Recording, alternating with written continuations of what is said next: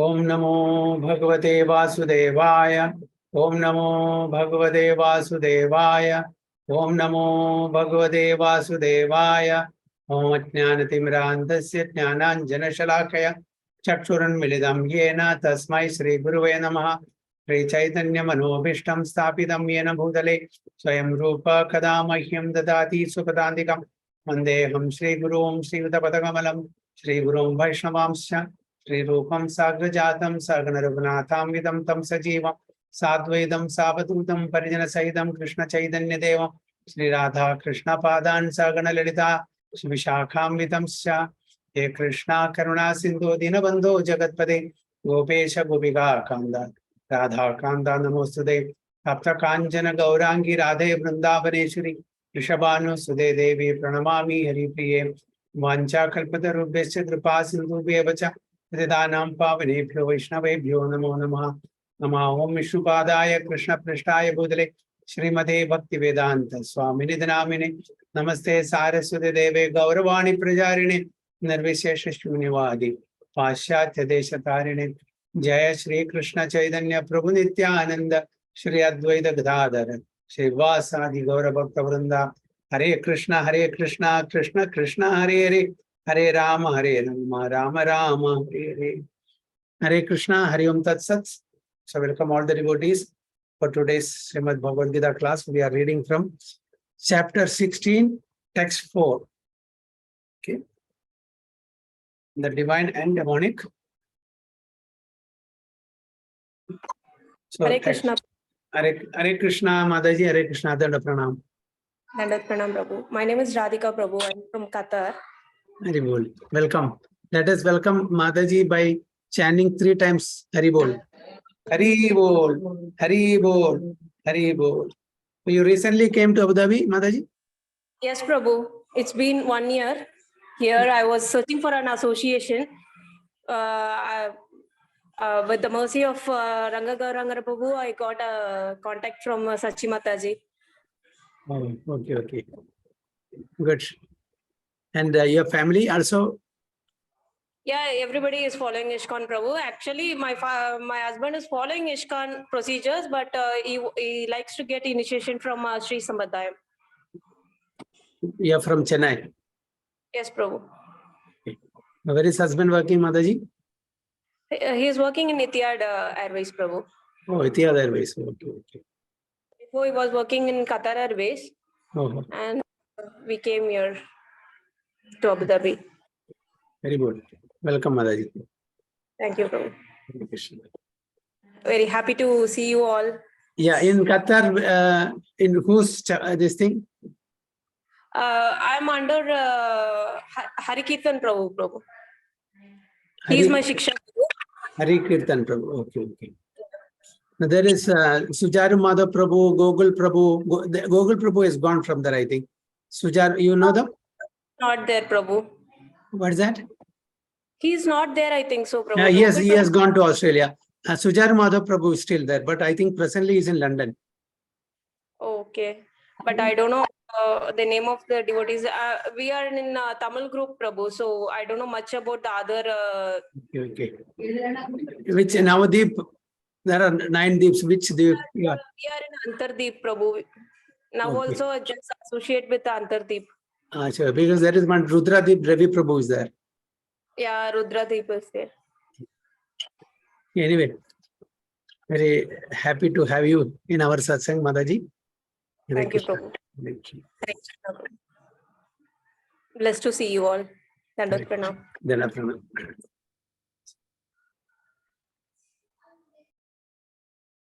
Okay. So, yeah, text 4, we are going to read.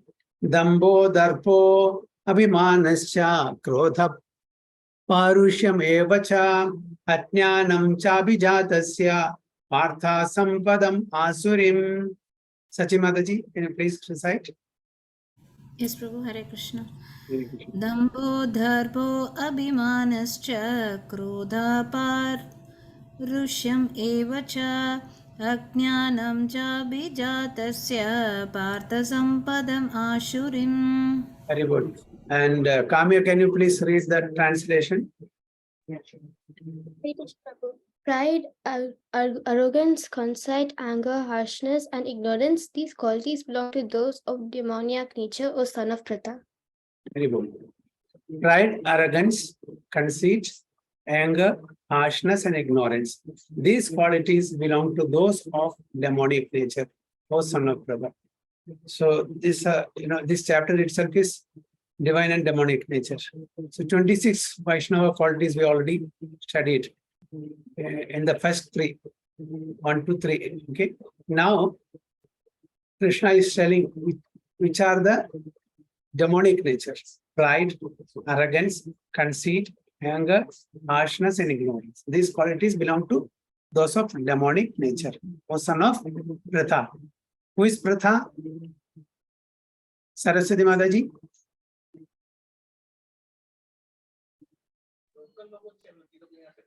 Who is Pritha? Don't know, Prabhuji. Eh? Son of Partha is Arjuna, Prabhuji. Partha is Arjun's name. Okay, okay. Yes. Son of Pritha Son of is Partha. Pritha is Kunti Maharani. Okay, Prabhuji. Okay. Pritha is another name of Kunti Maharani. Pritha. So son of Pritha is Partha. Okay. So who is telling this to whom? Lord Krishna is telling this to Arjuna, who is son of Pritha, means son of Kunti. Okay. What are pride, arrogance, conceit, anger, harshness, and ignorance? These qualities belong to those of demonic nature. So in this verse, the royal road to hell is described. No, Prabhupada puts it very nicely. How nicely as the royal road to hell. So the road is just like how the kings are taken in a royal procession. Okay, but where it leads to, where it heads to hell. Similarly, our life is also like that. We may be leading a comfortable life, very comfortable life. But what's the destination? People in this material world, they lead a very comfortable life. But the destination, we don't know where we are heading to. So Prabhupada puts it very nicely. The royal road to hell is described. The demonic want to make a show of religion and advancement in spiritual science, although they do not follow the principles. Okay? They want to, it's as Prabhupada always says, it's a straw bottle business. And they want to just exhibit that they are very religious, they are advancing in spiritual science. But then they don't take it very seriously. They don't follow the principles properly. They don't regulate their lives. So in that case, where they will head to, definitely they will head to the hell. Their next life will be either in lower species or in an Asuric family, because these are the qualities of Asuric people, demonic people. So they are always arrogant or proud in possessing some type of education or so much wealth. So especially when have some, opulence like wealth and beauty and power, influence. So this, because of this, they will be always puffed up, because I am something. I should be given attention. I should be adored. I should be appreciated. This will be in their head, because I am something. But we know that this something is very temporary. It may be today, there, tomorrow we will lose it, isn't it? Nobody knows what will happen next moment to all of us. All that we possess, like beauty, wealth, and power, knowledge, renunciation, everything will go within a flash of a second. Isn't it? We may be proud of that. We may be arrogant because we are beautiful, we are very, very healthy or wealthy, or we have so much money, all these things we may say. But the Supreme Lord can snatch it away within no time, isn't it?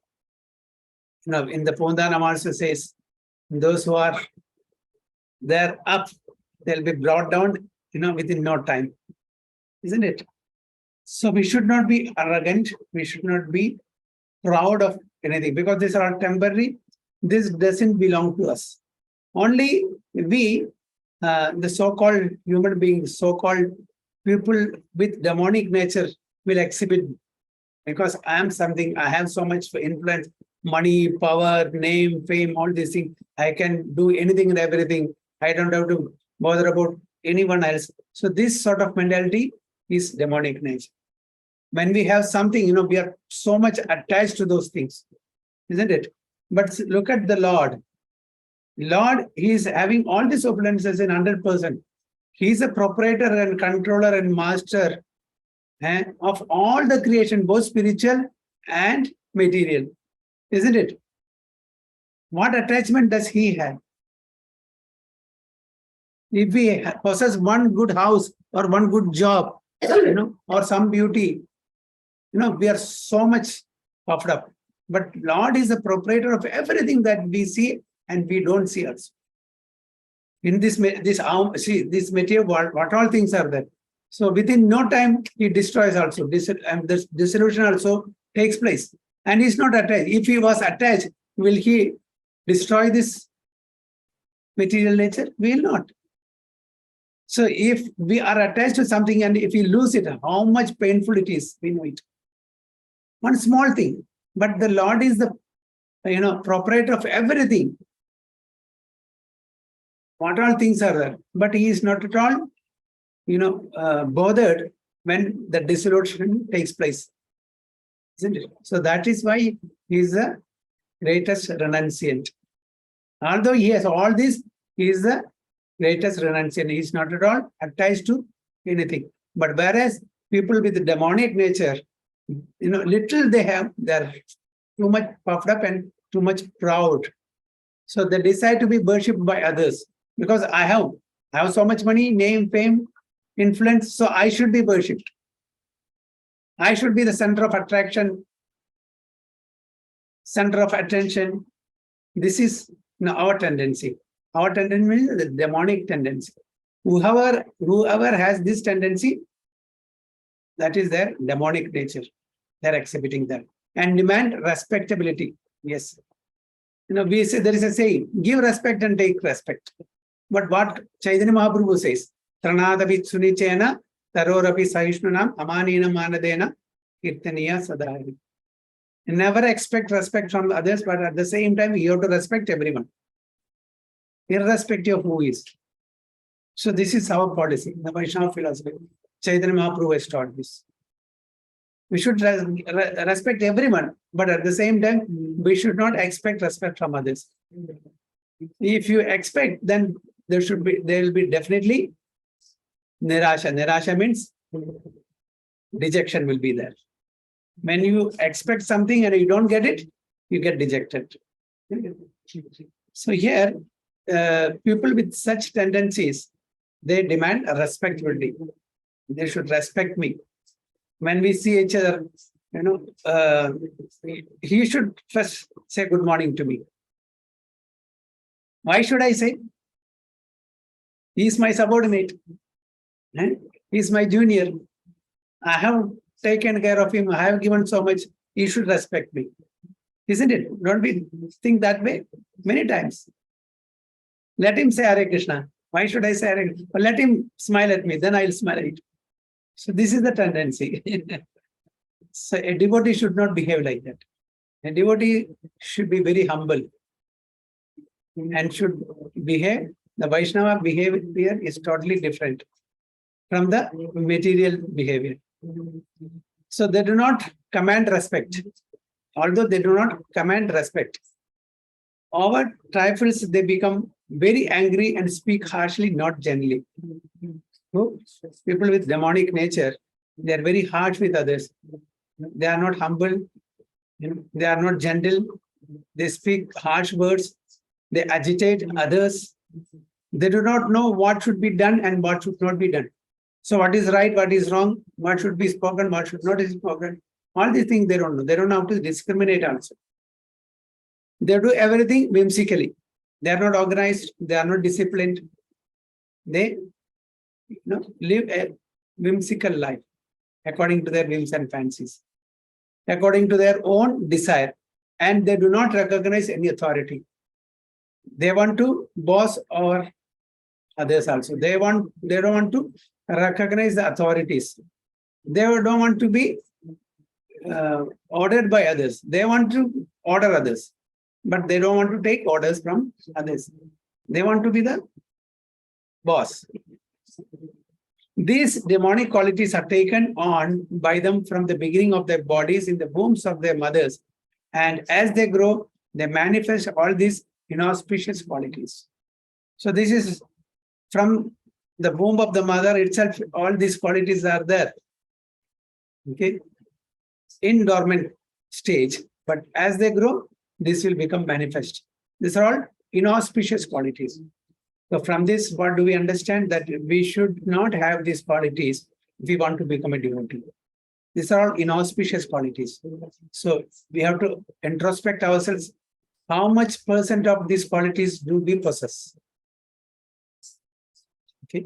And we should work out how we can get rid of this and become devotees. Because it is not good for devotee. It will impede our advancement in spiritual life. All these inauspicious qualities. So we should be very careful. Otherwise, what will happen? We will also end up going to that destination where the demonic people leads to. That is hellish condition. So Arjuna is being told by Krishna that one should be very careful not to possess such inauspicious qualities which takes us to hellish condition. So lust, anger, and greed are three main gates to hell. We should be very careful. We have that is the next week's slogan also says the same thing, Lust, anger, and greed. It leads to hell. And here also it's the same thing. Pride, arrogance, conceit, anger, harshness, qualities of demonic nature.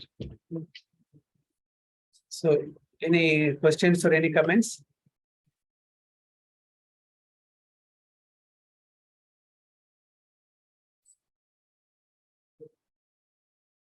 Is it clear?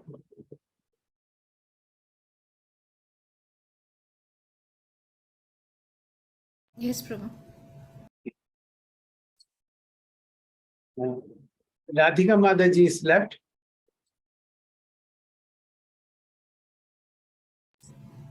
I think yes, Prabhu. She has left. Not to be seen. Yeah, she's left, Prabhu.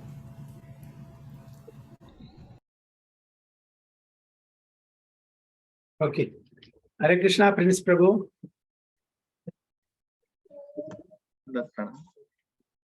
Text 5. Devi Sambad Vimokshaya Nibandhaya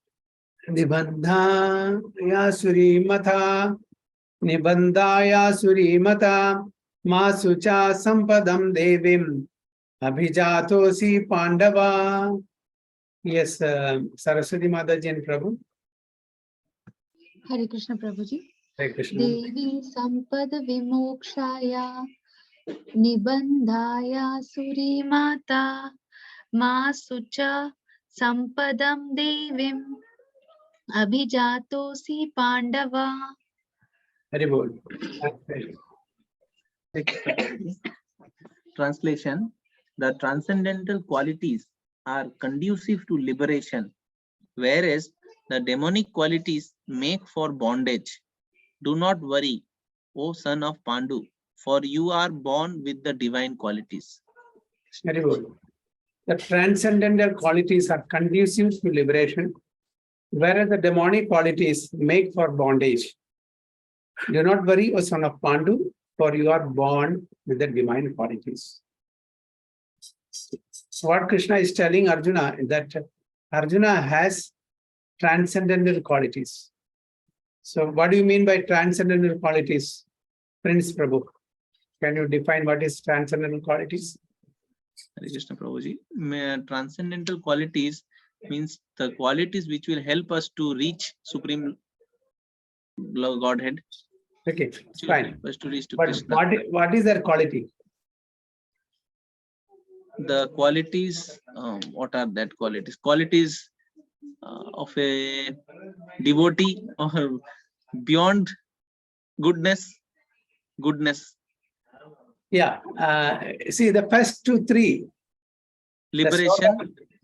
Sloka number. Anger, Yeah, akrodha, yeah, here it is.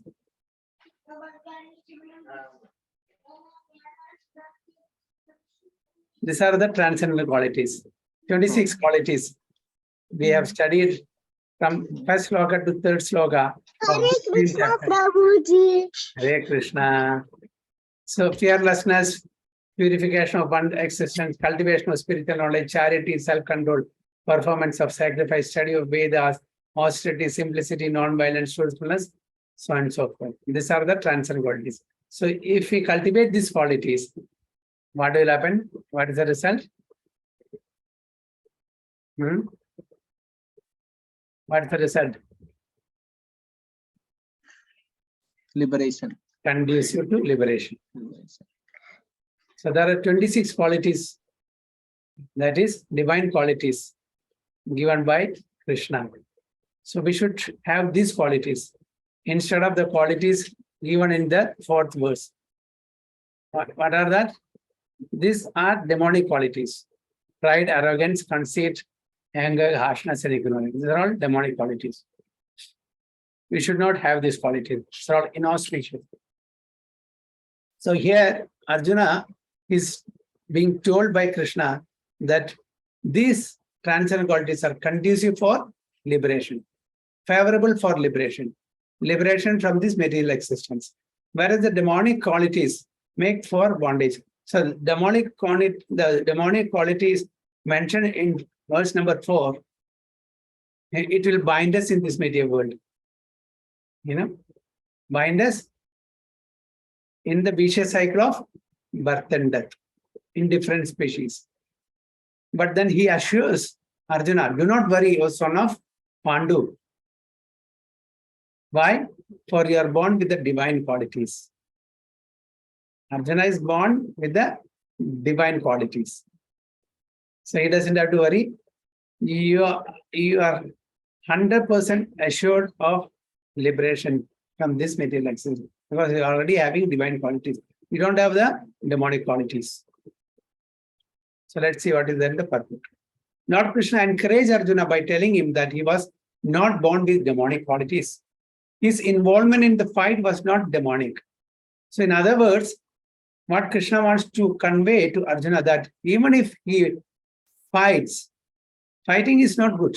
Killing others is not good generally. But if it is meant for upholding the religion, and if it is under the instruction of an authority, especially an authority like Krishna, it is not bad. It's not sinful. So Arjuna is being assured by Krishna, nothing to worry. You can fight and you are fighting for upholding the religion. So the involvement in the fight was not demonic because Arjuna was very much concerned in the beginning of the Bhagavad Gita, in the beginning of the war. Arjuna was too much concerned, but why is he going to kill all his relatives and friends and the spiritual masters? What is he going to get at the end of the day? It's all sinful activities. He will have to stay in hell for billions and billions of lifetimes. So what's the benefit? So he was totally perplexed and confused and bewildered. So Krishna is telling time and again that don't worry, you are born with demonic, divine qualities, and the involvement in the fight is not demonic. Do not worry. Because he was considering the pros and cons. Who? Arjuna. He was considering the pros and cons of the war. It is going to create havoc in the society. Varna Shankara, the children the elders, the ladies, everyone gets polluted. So he was seeing these pros and cons. So Krishna is saying, no, nothing to worry. You are not party to all this. What you are doing your Kshatriya Dharma.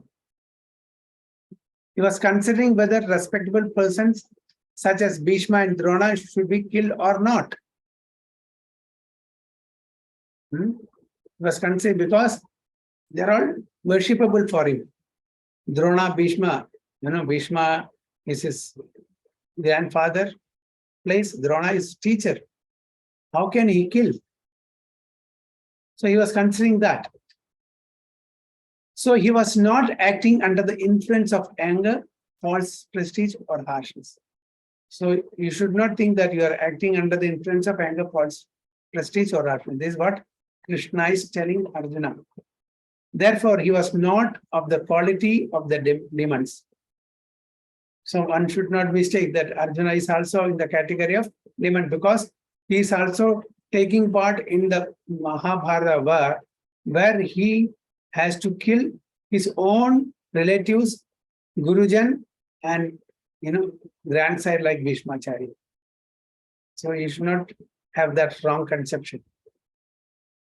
For a Kshatriya, a military man shooting arrows at the enemy is considered transcendental, and refraining from such a duty is demonic. So it's the other way around. A Kshatriya, if he withdraws from the battlefield, it's covered. Isn't it? So that is demonic, because Kshatriya is supposed to fight the war for upholding the Dharma, for protecting the religion. But on the contrary, if he withdraws from such war, then that is demonic. Therefore, there was no cause for Arjuna to lament. Why he should worry? Anyone who performs the regulatory principles of the different orders of life is transcendently situated. So anyone who performs the regulatory principles of different orders of life is transcendent. So those who are following the regulatory principles of that particular varna and ashrama, they're already on the transcendental platform. Okay, as a Brahmana is supposed to do what they are supposed to do: advisors, teaching others, guiding others. This is Brahmana's duty. Kshatriyas, to protect citizens. This is their duty. So if they withdraw, if they run away from that, so he is no more Kshatriya. Kshat means harm. Those who protect others from harm is called Kshatriya. And Vaishya, mercantile class, Go, Krishi, Vanijya. That is their occupation. Go means protecting cow. Krishi means agriculture. Vanijya means trade. These are their occupation. They are supposed to take care of that. And Shudra, because they are not educated, they have to support the other three classes by doing laborious job. So this is how it is. Brahmanas are advisory class, Kshatriyas are administrative class, and Vaishyas are mercantile class, and Shudras are labor class. So there is no discrimination. It is compared to the head, the arms, the belly, and the legs. We need all these parts. Without that, we are not complete. Okay, just imagine we have only head. Can we survive? We cannot. Or only arms, or only stomach, or only legs. We need all these things if we want complete solution. So in the society, in the social order, Brahmana, Kshatriya, Vaishya, Shudra must. They must be there. They must coordinate. They must work very amicably in a cordial way. Then only the society will function smoothly. Without that, society will not function smoothly. So, Brahmana, Kshatriya, Vaishya, and Shudra. Out of that, Vaishya, okay, they are doing business. So they are actually making money. They should also support the upper two classes, Shudras, the labor class, physical, job they are doing. They are helping others. But unfortunately, in the present society, nobody is properly situated. No proper Brahmanas, no proper Kshatriyas, no proper Vaishyas, no proper, Shudras. Shudras wants to occupy the post of the politicians, that is the administrative class. That is why the total chaos happening in the government. Those who are not qualified sits and rule the country. Shudras. The advisory class, the Brahmanas, they are also fallen down. They are not doing their duty properly, advising. They are also into, they are also doing what? Engineering, doctors, administrators. These are all Shudras' job. They are not supposed to work for salary.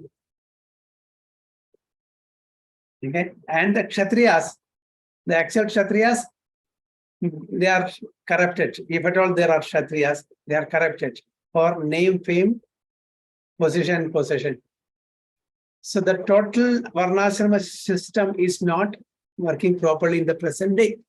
That's why it is totally chaotic in the society. Nobody is happy. So what is required? We cannot re-establish it. We cannot reinstate that. It's very difficult, especially because of the influence of Kali Yuga. So what is required? Devi Varnashram, devotional service. This is what is required. This is what is possible. Be whoever you are, be wherever you are, or be whatever you are. But take up devotional service, devotional activities, and help the society in the capacity that is.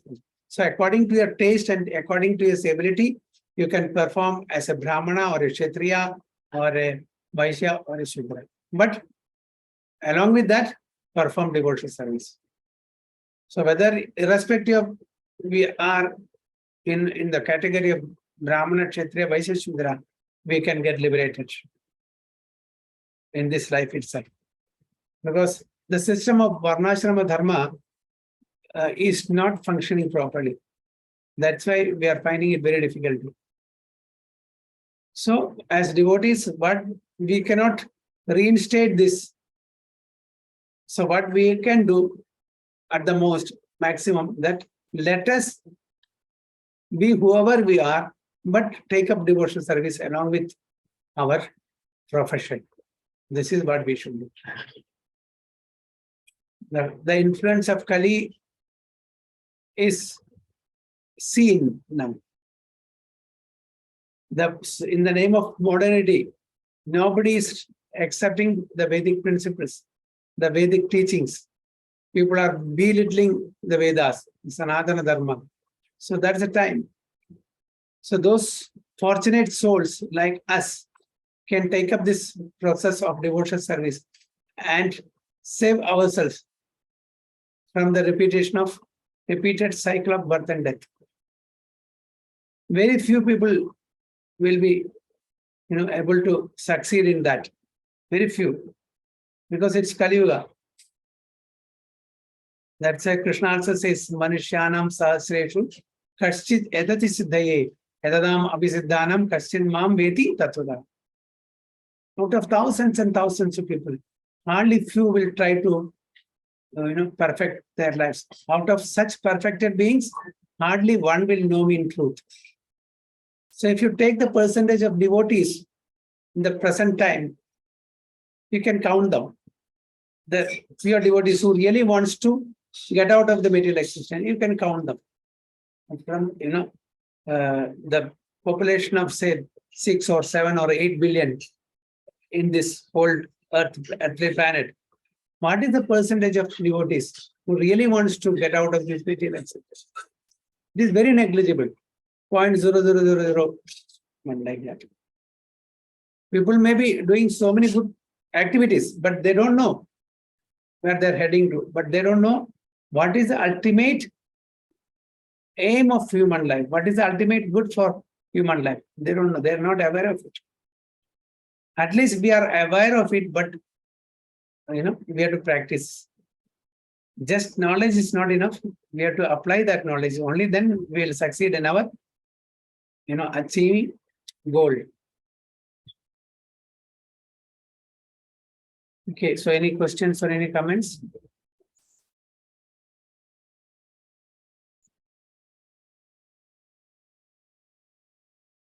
So let's go to 6.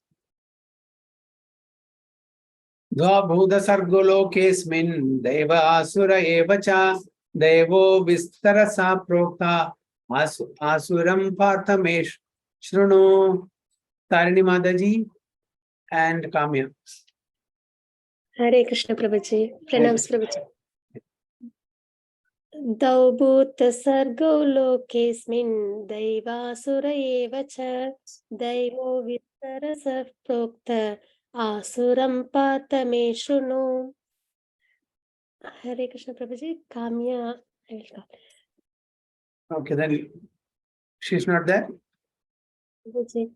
1 minute, Prabhuji. She is coming. Okay. Translation, O son of Pritha, in this world there are two kinds of created beings. One is called divine and the other demoniac. I have already explained to you at length the divine qualities. Now hear from me of the demoniac. Hare Krishna Prabhu. Very good. O son of Pritha, in this world there are two kinds of created beings. That is Sura and Asura. One is called divine, that is Sura, and the other is demonic, that is Asura. I have already explained to you at length the divine qualities. Now hear from me the demonic. So from Shloka 1 to 3 has already explained 26 qualities, divine qualities of the Sura. And in number 4 also he has explained some of the demonic qualities. Now he is telling, now hear from me the demonic again. Lord Krishna, having assured Arjuna that he was born with the divine qualities, is now describing the demonic way. So Arjuna was given assurance that do not worry, you are born with divine qualities. So you don't have to worry, you can just do whatever I say, except that, and just fight. You are not going to suffer, you are not going to go to hell. The conditioned living entities are divided into 2 classes in this world. Those who are born with divine qualities follow a regulated life, that is to say, they abide by the injunctions in scriptures and by the authorities. So the Suras, okay, the good people, the Suras, the divine, born with divine qualities. How do they live? They live a regulated life. Regulated life means a life of regulative principles. Without regulation, if we live, what will happen? If you are not regulated, what will happen? Everyone should be regulated. A child should be regulated, elders should be regulated, and who are ruling, they should be, everyone should be regulated. If we don't regulate ourselves, the result will be very, very bad. Why? Suppose you don't regulate your child, just leave him according to his whims and fancies. How he or she will be when they grow up? They'll become Bin Laden. Isn't it? That's what is going to happen. So regulation should be there. So that is to say, they abide by the injunctions. So we are following the injunctions of the scriptures to regulate our life. One should perform duties in the light of authoritative scripture. We should not manufacture our own regulations. Regulations are already given in the scriptures. Under the guidance of authorities, under the guidance of superiors, senior devotees, we should just follow them. That's all. The mentality is called divine. This mentality, following the scriptural injunction, is called divine. One who does not follow the regulatory principles as they are laid down in the scriptures and who acts according to his whims is called demonic or asuric. Just, let's take an example. In a state, there are certain civil laws. rules and regulations, government's rules and regulations. If you don't follow that, what will happen? You'll end up in jail. If you break the traffic rules, what will happen? No, the police will catch us and put us a case and put us in jail also, depending upon the seriousness of the crime. So any rules and regulations, be it material or spiritual, we should follow. We cannot go against the laws, even if it is material, because we are human beings. Now, if we cross a red signal, we'll be served ticket, we'll be put behind bars. At the same time, an animal, a cow, cross the red signal. What will happen?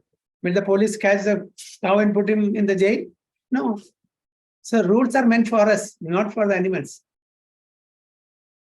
Or, okay, let's take an example. The plane is crossing a red signal of the road traffic. Will the pilot be fined? No, it is not meant for them. So these rules and regulations, these injunctions are meant for us to follow.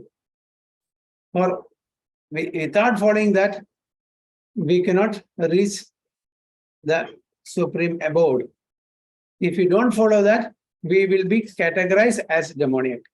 And the destination of demonic people is hell.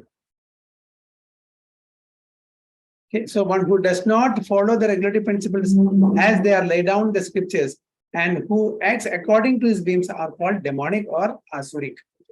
There is no other criterion but obedience to the regulatory principles of scriptures. It is mentioned in the Vedic literature that both the demigods and the demons are born of Prajapati. The only difference is that one class obeys the Vedic injunction and the other does not. They are all the children of the Supreme Lord only. By the mercy of Supreme Lord only, all of them. But if we are all, whether demonic or divine, if we are the children of Supreme Lord, is he responsible for our behavior, for our action? No.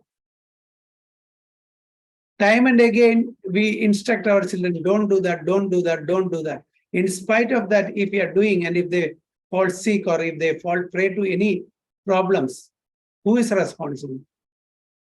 Say, up to the age of, say, I think it is 12 now, 8 or 12, the parents also have to partake the responsibility of the children's action. Up to 12, I think, if I'm not mistaken. After that, no. So, we should live a very sattvic life, following the scriptural injunctions. So if they don't obey the instructions of the Vedas, then it is not the fault of the Supreme Lord.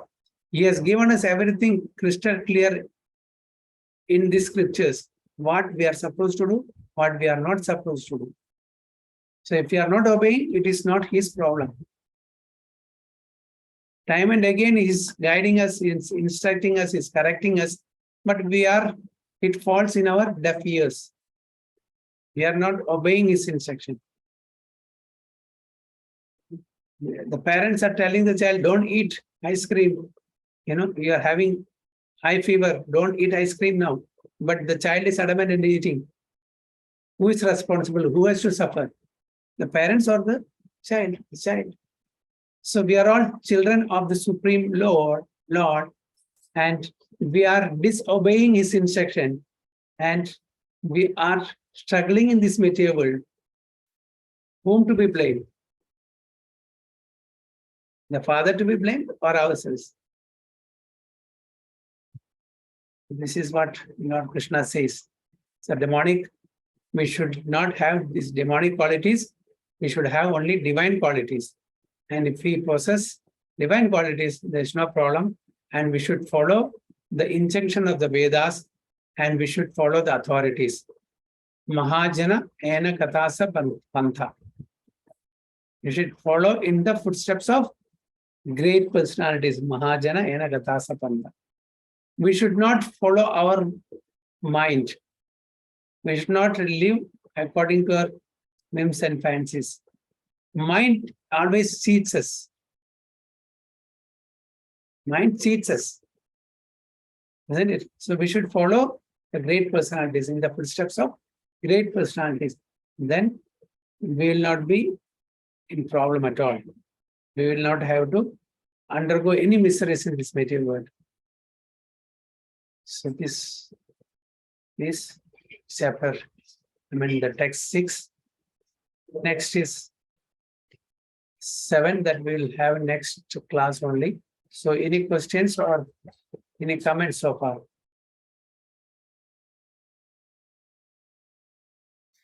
Hare Krishna, Prabhu. Hare Krishna. Prabhu, just curious to know if there is any relation between this 4, 5 and 6. That is, 4th and 6th shloka, son of Pratha is given. And in 5th shloka, it is said, Pandu. O son of Pandu. So is there some...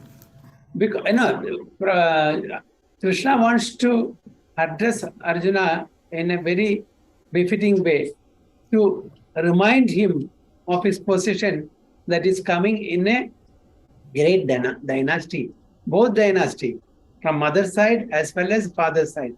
They are not ordinary people. So don't, ridicule the dynasty in which you are coming. They are not ordinary dynasty. So don't be, a person like of law. Show that you are inheriting that great,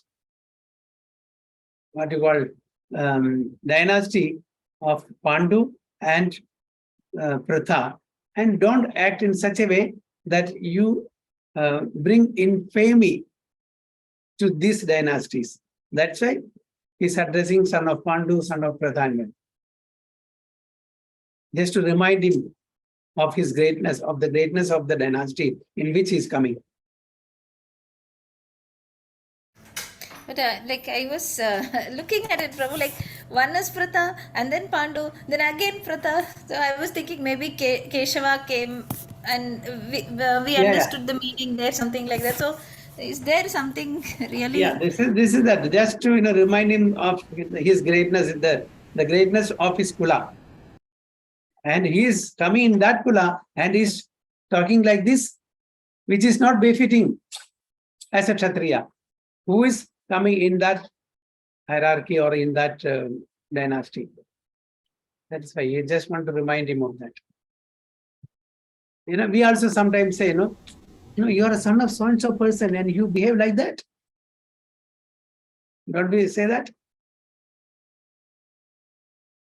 Like that, Krishna is also just as taunting. You are such a great, you are the son of great personalities and you are behaving like this, you are talking like this. It's not befitting for you.